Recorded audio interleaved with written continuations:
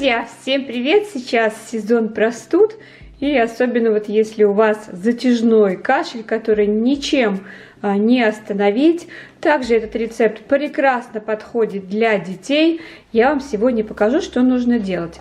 Такой достаточно простой рецепт, и если у вас вот кашель начался, то вечером, если вы выпьете эту смесь, которую мы сейчас вместе с вами приготовим, то утром вы будете уже без признаков вообще кашля. Эту смесь нужно выпить за полчаса перед сном. И каждый день, если прямо у вас не проходит, готовить каждую порцию.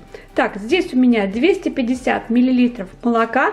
Это у меня сухое молоко разбавлено. Вы можете взять любой жирности.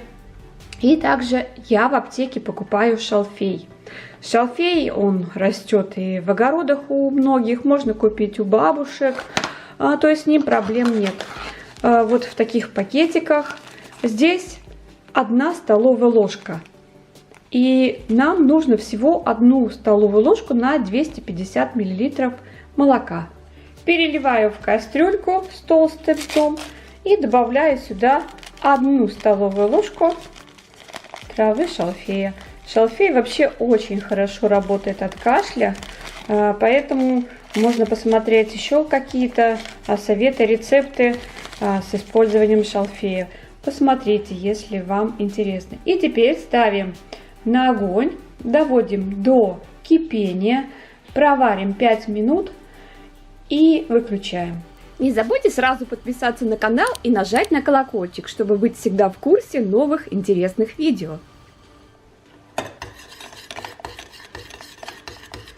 Так, смесь у меня проварилась. Сейчас перемешаю тщательно, убрала уже с газовой плиты. И теперь нам нужно 1 чайную ложку хорошего сливочного масла.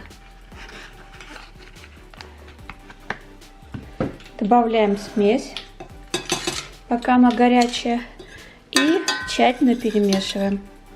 Получается вот такого зеленоватого цвета, потому что шалфей окрашивает. Ну а теперь нужно дождаться, чтобы смесь остыла.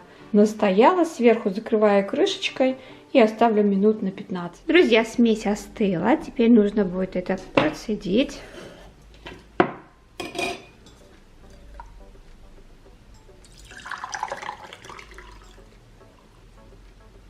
И нам понадобится еще куркума. Это такая специя. И мед. Для взрослых добавляем 1 чайную ложку. Для детей хватит пол чайной ложки, половину. И сюда же 1 чайную ложку меда. Если на мед аллергия, то делать это не обязательно. Как я уже сказала, все тщательно размешиваем и выпиваем за полчаса до сна. Напиток достаточно вкусный, с таким восточным специфическим послевкусием. Я думаю, что понравится. Друзья, перед применением любого препарата, какого-то метода лечения, средства, нужно обязательно консультироваться с лечащим врачом. Друзья, напишите, пожалуйста, под видео, что вы думаете насчет этого совета. А на этом я хочу с вами попрощаться. До следующей встречи. Всем пока-пока.